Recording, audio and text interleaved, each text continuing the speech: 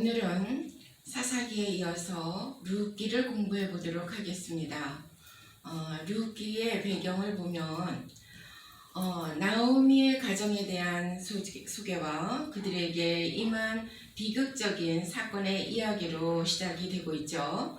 아마 나오미로서는 하나님과 자신의 생애가 크게 원망스러웠던 것 같습니다. 그녀로서는 자신에게서 하나님의 임재가 멀리 떠났다고 그런 생각이 들 수밖에 없었죠.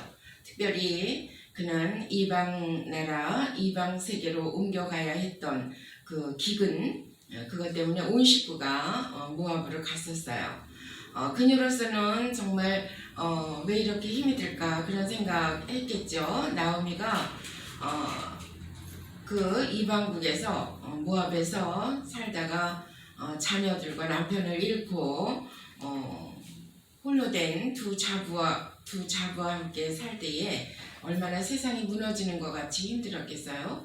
그래서 그 나오미는 이제 자부들을 자기네 땅으로 그냥 자기가 살던 그곳에 머무르게 두고 나는 죽으면 죽으리라 하는 심정으로 베들레헴으로 가야 되겠다 하는 생각을 했던 것 같습니다. 나오미가 자부들을 불러서 작별 인사를 했죠. 그러면서 나한테서는 하나님의 축복이 이미 떠났다고 그렇게 암시해 줄 만한 것이 있었습니다. 왜냐하면 그 말할 수 없는 참담한 상황 속에서 하나님의 임재나 그분의 축복을 암시해 줄 만한 그런 것이 전혀 찾아볼 길이 없었죠. 그러므로 우리는 룻기에서 하나님의 백성에 대해서 중요한 질문들을 하게 됩니다. 하나님 앞에서 하나님의 백성으로서 때로 의문점이 생기기도 해요. 그러니까 이런 질문을 할 수 있을 겁니다. 성도가 불행에 처할 때 하나님은 도대체 무슨 생각을 하시며 어디에 계시는 걸까? 그런 생각 하게 되죠. 또 성도가 불행에 처했을 때 원망하지 않고 대체할 수 있는 적당한 다른 반응은 없을까? 하나님께서 이방 땅에서도 당신의 백성을 위해서는 역사를 하시는 걸까? 룻기를 통해서 이걸 생각해 봐요. 그래서 하나님께서는 당신의 백성에게 하신 그 약속을 지키시는 걸까? 고난당할 때는 그런 의문이 들죠. 하나님께서 평범한 인물, 심지어는 이방인을 통해서도 역사를 하시는 걸까? 룻기를 통해서 이러이러한 생각들을 하게 됩니다. 그런데 여러분, 시련과 재난은 하나님과 그분의 백성에게 놀라운 반응을 가져다 주죠. 나오미의 가족은 약속한 땅을 떠나고자 했어요. 그런데 하나님께서는 그들에게 매우 놀라운 방법으로 역사하셨습니다. 시험이나 환난이 일시적으로 우리의 신앙을 약화시킬 수 있어요. 그렇지만 그것이 우리를 하나님에게서 영원히 떠나게 하지는 못합니다. 하나님께서는 위대한 임무를 들어서 당신의 목적을 성취하십니다. 모압 족속은요, 우상을 숭배하는 자들이었어요. 그들은 구약 성경에서 거짓 예배, 또 우상 숭배, 우상 숭배를 하는 대표적인 족속 가운데 하나입니다. 그러나 모압 족속이었던 룻은 본서에서 믿음의 영웅으로 등장하고 있어요. 그리스도의 조상이 되는 길이었죠. 하나님께서는 당신의 뜻을 행하심에 있어 인간적인 어떠한 것에도 제한을 받지 않으신다는 것을 바로 이 부분에서 알 수가 있습니다. 인간의 충성심은요, 놀라운 희생을 가져다 주죠. 룻은 이방 땅으로 그녀의 시무를 따라가기 위해, 그러니까 모압 땅은 룻의 고향이고 베들레헴은 이방 땅이잖아요. 룻에게 있어서는. 근데 이방 땅으로 그녀의 시무를 따라가기 위해서 그녀의 혈육과 섬기던 신을 버리고 조국을 떠납니다. 하나님께서는 룻의 가정을 구원하고 그들을 통해서 세상을 구원하시기 위해 그녀의 극진한 충성심을 사용하셨습니다. 가장 위대한 이적은요, 하나님의 임재를 통해서 옵니다. 아멘. 하나님께서는 나오미의 근족인 보아스로 하여금 이방인 과부 룻과 결혼케 함으로 나오미의 비통을 덜어주셨습니다. 보아스의 행위를 통해서 하나님께서는 우리의 모든 삶을 주관하시는 주역으로 이야기 가운데 갑자기 등장하게 되죠. 보아스가. 하나님께서는 진정 우리가 위기와 곤고, 불행, 고통에 처할 때 하나님께서 임하셔서 우리를 시험으로부터 구원해 주시는 것을 볼 수 있습니다. 자, 조금 더 자세히 보겠습니다. 사사기 시대의 혼란과 불안정의 시대에 지파들 간의 질시와 이방인들의 압제로 이스라엘은 정치적으로 약해져 있었어요. 또한 우상숭배는 출애굽 당시 하나님의 권능을 체험했던 신앙심을 파괴했습니다. 사사시대에. 근데 이 룻기는 사사시대의 또 다른 삶의 모습을 보여주고 있습니다. 여기서 우리는 한 경건한 모압 여인을 접하게 되죠. 룻이란 여인으로서 사랑하던 남편을 잃고 어려운 상황 가운데 있었지만 신앙의 정조와 심호에 대한 효를 끝까지 지키게 됩니다.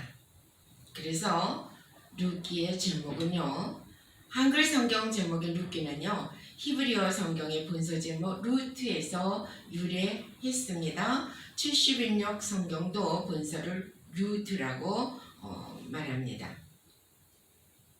본서의 주인공의 인간성과 그녀와 관계된 사건이 본서의 주요 내용임을 말해주고 있고요. 룻이란 히브리어로 여자친구라는 뜻입니다.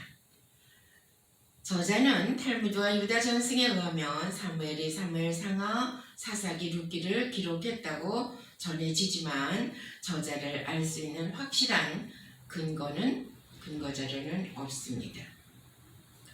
다만 연대가 사사 통치 이후일 것이다. 그리고 어떤 학자들은 룻기 자체에서 저작 연대에 대해 단서를 찾아내기도 해요. 그래서 모든 주장 가운데 에드워드 제2영의 견해가 가장 설득력이 있는데 그는 족보에 솔로몬의 이름이 없는 것을 지적하면서 저작 연대가 다윗 시대보다 더 후기였다면 솔로몬의 이름이 빠질 리가 없다고 주장했어요. 그러므로 룻기는 다윗 시대에 씌워졌다고 추정할 수 있습니다. 기록 목적은 뭘까요? 룻기의 배경 사사시대라고 그랬죠. 기록 목적은요, 이방 여인 룻이 언약의 백성이 되며 메시아가 출생할 다윗 왕가의 일원이 되는 것을 통하여 하나님은 온 민족의 하나님임을 보여주기 위함이다. 그러니까 한 모압 여인의 순결한 사랑 속에 그 내재된 하나님의 숨겨진 경륜, 그리고 추수 장면, 결혼 풍습 등 고대 이스라엘의 생활상을 소개하면서 사사기의 투쟁적인 내용과는 달리 룻기는 나약한 한 여성의 선행과 헌신적인 사랑과 믿음의 승리로 이어짐을 보여주고 있습니다. 추수 장면, 친족의 권리 의무, 결혼 풍습 등 고대 이스라엘의 생활상이 생생하게 드러나고 있지요. 그래서 하나님은 이방 여인 룻을 택하셔서 그를 통해 하나님의 뜻을 이루신 것을 우리는 룻기를 통해서 볼 수 있습니다. 중요한 요절이 있어요. 1장 16절에 보면요, 룻이 이르되 내게 어머니를 떠나며 어머니를 따르지 말고 돌아가라 강권하지 마옵소서. 어머니께서 가시는 곳에 나도 가고 어머니께서 머무시는 곳에 나도 머물겠나이다. 어머니의 백성이 나의 백성이 되고 어머니의 하나님이 나의 하나님이 되시리니. 이런 감동적인 구절이 있죠.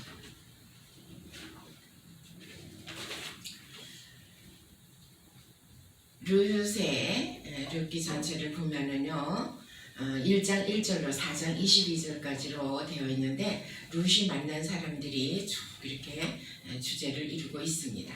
나오미가 모압으로 이주하여 남편 엘리멜렉과 두 아들을 잃고 룻을 데리고 베들레헴으로 돌아왔다.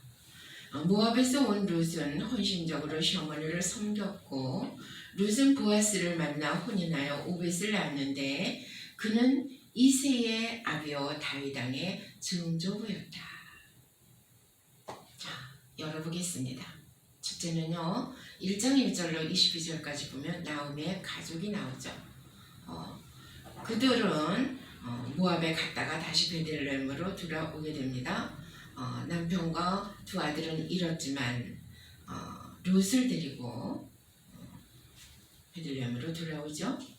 사사시대 때에 아마 기드온 시대로 추정되고 있는데 흉년이 들어서 유다 베들레헴에 거하던 이 나오미의 가족이 모압으로 건너가요.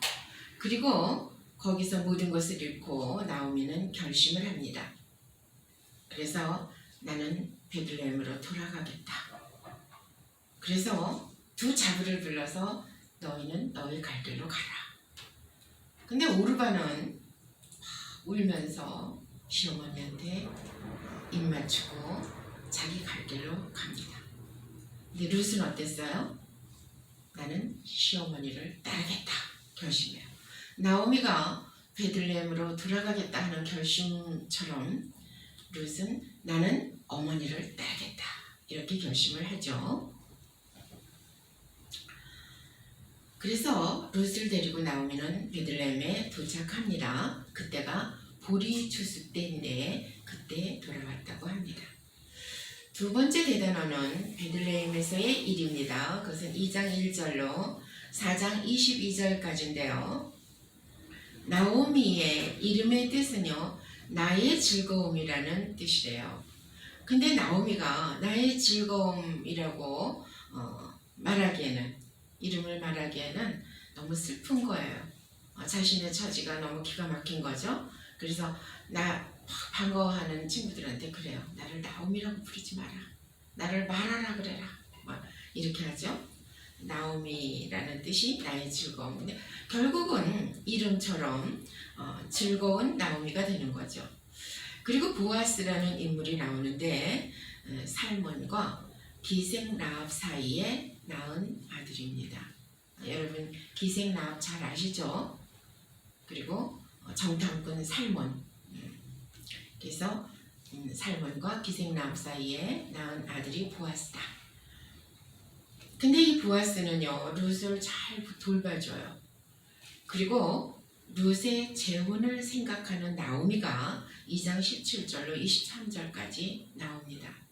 나오미가 룻을 그 젊은 나이에 그냥 혼자서 그렇게 사는 것보다 이제 우리 가문의 저 보아스한테 시집을 갔으면 이런 생각을 했던 것 같아요. 그래서 나오미는 룻에게 재혼할 것을 뜻을 품고 그리고 그에게 제안을 합니다. 너는 추수마당에 가서 이렇게 해라. 그래요. 어떻게 했죠?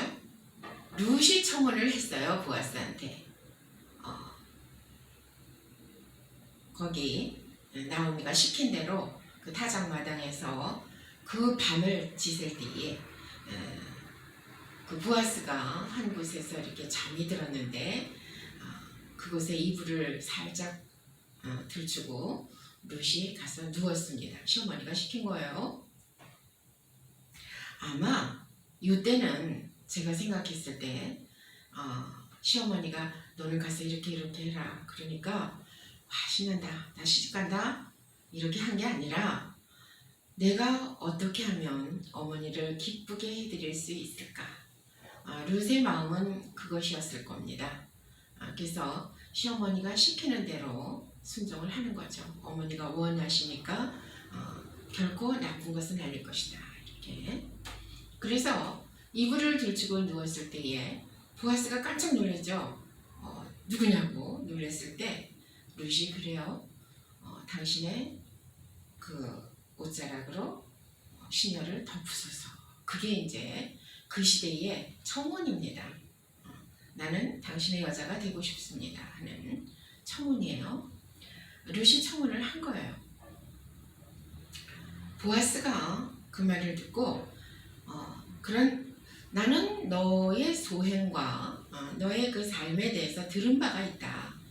그 정말 그 가여운 나오미 그 어머니를 위해서 네가 얼마큼 열심히 정말 섬기는지 그것을 나는 들었다. 그리고 오늘 나는 결심을 하는 거죠. 그래서 자기보다 더 가까운 기업 물을 자가 있다는 것을 생각하고 내가 먼저가 아니다. 그 사람에게 먼저 순서가 있다 하고 얘기를 해요. 그리고 룻에게 이제 좀 풍성하게 곡식을 되어주고 집에 가서 기다려라 그러죠. 룻은 모든 것을 하나님께 맡깁니다. 어머니의 하나님이 나의 하나님이 되고 했던 그 룻의 그 신앙은 엄마 말 듣고 어머니 말 듣고 가서 했다가 나만 쪽팔렸네. 괜히 그랬다 이렇게 하지 않고 모든 것은 하나님께서 하실 것이다. 그래서 하나님께 맡기죠. 보아스는요 먼저 기업 물을 자의 그 순서에 있는 사람을 만나서 나오미의 자부 룻을 네가 기업 물을 자로 서는 서열에 이른데 네가 하겠느냐. 그러니까 그렇다. 그래 하겠다. 10명의 여자 싫다는 남자가 없다면서요. 그러니까는 그렇다. 내가 하겠다. 이랬어요. 그런데 그냥 기업 물을 자의 그 일만 하는 것이 아니라 그들을 책임져 줘야 된다. 그러니까는 그 룻과 정식으로 결혼도 해야 된다. 이러니까 이 남자가 뭐? 그러면 나 안 해. 그러는 거예요. 왜? 복잡하잖아. 자기 부인은 또 얼마나 질투를 하겠어. 자기한테 가만 안 있겠죠? 그러니까는 아이고 복잡해 싫어. 나 안 해. 그런 거예요. 그럼 너 다음에는 내가 순서인데 그러면 내가 하겠다. 보아스가 그러니까 그러라고. 그러면서 증표로 신발을 벗어주죠. 그래서 4장 1절로 22절까지 보면 보아스와 룻의 결혼이 나오고요. 결혼을 하게 돼요. 그리고 다윗의 할아버지이고 룻과 보아스의 아들인 오벳을 낳게 되는 거죠. 그러니까 오벳이라는 이름의 뜻은요 종이래요. 종. 무슨 말씀인지 아시겠죠? 자, 우리가 좀 더 구체적으로 들어가 보면요, 이 이방 여인 룻은 신앙과 효성으로 시어머니를 따라서 유다로 왔어요. 룻의 결단은 결단코 비참한 지경에 빠진 나오미에 대한 인간에 대한 사랑, 연민, 그것 때문만은 아니었을 겁니다. 그것은 근본적으로 비록 그녀가 원래는 이방 여인 출신이었지만 이스라엘 가문에 시집가서 비로소 알게 된 여호와 하나님에 대한 신앙적 결단에 의한 것임을 우리는 유추해 보게 됩니다. 그냥 하나님은 잘 모르고 그냥 시어머니에 대한 사랑 그것만 갖고 그렇게 모든 것을 다 버리고 나오미를 따라오지는 않았을 것이다. 어쩌면 룻의 마음 가운데는 이미 여호와 하나님에 대한 신앙이 싹 텄고요. 하나님의 크신 원대한 계획은 그녀를 통해서 정말 약속의 자녀를 낳아야 되겠다. 그런 하나님의 뜻이 계셨을 겁니다. 그래서 우리가 나오미가 보아스를 보고 보아스에게 내 자부, 내 며느리가 시집갔으면 하는 그 보아스는요, 우리가 볼 때 그리스도의 모형이라고 그렇게 말하고 있습니다. 그것은 그리스도의 모형, 왜 그럴까? 구속자라는 거죠. 구속자.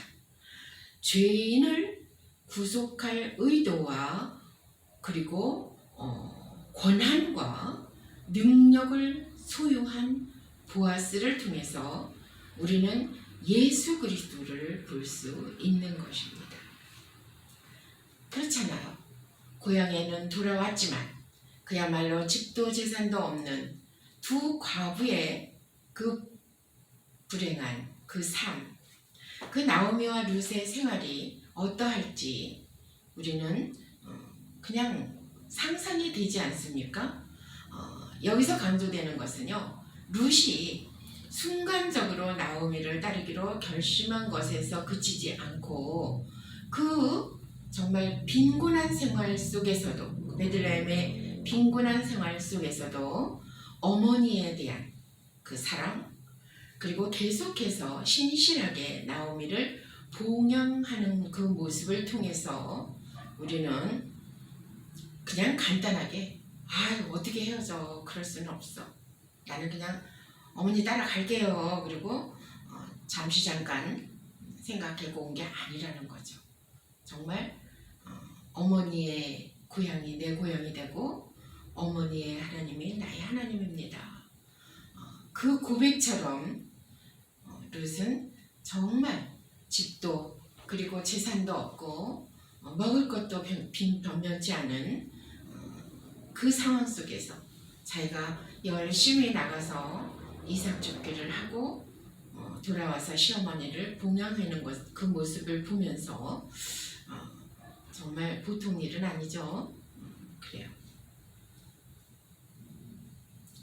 그런 얘기들을 보아스는 이미 귀로 들은 거예요. 룻의 그 선행과 그리고 충성심, 그 사랑, 헌신적인 사랑을 들은 거예요. 그러니까 룻이 이삭 줍기를 하고 있으니까 보아스가 그러잖아요. 이삭을 좀 흘려놔서 이삭 줍기 하는 여인들이 충분히 주워갈 수 있게끔 조금씩 흘리고 거둬라. 그런 배려. 또 같이 이렇게 좀 음식을 나눌 때에도 그 새참이라 그러나? 우리나라로 말하면 새참이라 그러겠죠. 음식을 나눌 때도 그냥 허기진 배를 채우는데 불과할 수 있잖아요. 왜냐하면 일당받고 일하는 사람도 아니고 그냥 자기의 필요에 의해서 이삭 줍게 하는 여인이니까. 근데 뭐라 그래요? 와서 떡을 초에 찍어 먹어라. 그거는 그 고대 근동 지방에는요, 날씨가 굉장히 이렇게 더워서 모든 것이 상하기 쉬웠다 그래요. 그러니까 그 초를 찍어 먹는다는 것은 그 상함을 방지하는 거죠. 방부제 역할을 하는 거예요. 그러니까 떡도 혹시 더운 날씨에 좀 이렇게 쉬지근할 수가 있잖아요. 근데 초에 찍어 먹으면 괜찮았던 모양이야. 그러니까 이리 와서 떡을 초에 찍어 먹어라. 예. 3장 1절로 18절까지를 가보면요, 룻의 그 유명한 청혼 장면이 나와요. 룻은 사실적으로 여자친구라는 이름의 뜻이지만 교회의 모형입니다. 보아스는 그리스도의 모형이라 그랬죠. 룻은 교회의 모형이에요. 그러니까 교회는 뭐예요? 그리스도를 섬기는 겁니다. 교회, 룻은요, 자신의 구속자를 섬기는 그런 모형이에요. 이 룻이 나오미가 제안하는 그 말씀을 잘 따랐고, 보아스는 기업 물을 자의 책임 이행을 약속하죠. 기업 물을 자가 고엘 제도인데 사회보장 제도예요. 그러니까는 자녀를 갖지 못하고 남편이 불의에 떠났을 때 그 여인으로 하여금 그 가문의 대를 잇게끔 하는 그런 고엘 제도는 사회보장 제도다. 그러니까 율법이며 또 고대 근동의 일반적 풍습이기도 한 계대 결혼법에 따라서 룻이 보아스에게 청혼하는 장면으로 긴장감이 최고조에 달하게 되죠. 한편 이런 룻의 행동은 그 자신만의 행복 추구나 자신만의 결단으로 된 것이 아니라 시어머니 나오미의 가르침에 의한 것임도 본문에서 강조하고 있습니다. 그러니까 부도덕한 여인이 아니다. 부도덕이 아니라 권리 행사다. 어떠한 권리 행사? 대를 잇기 위한 권리 행사다. 이렇게. 근데 웃자락으로 시녀를 덮으소서 하는 것이 문학적 표현이고 또한 결혼을 요구한다 그랬죠. 그게 고대에는 여성이 적극적으로 이렇게 청혼하는 것이 흔한 일이었다 그래요. 예를 들어서 이삭의 아내 리브가도 굉장히 적극적이었잖아요. 그런 것처럼 이 룻도 나오미의 가르침에 의해서 굉장히 적극적으로 웃자락으로 시녀를 덮으소서 부끄러움 없이 했던 것 같습니다.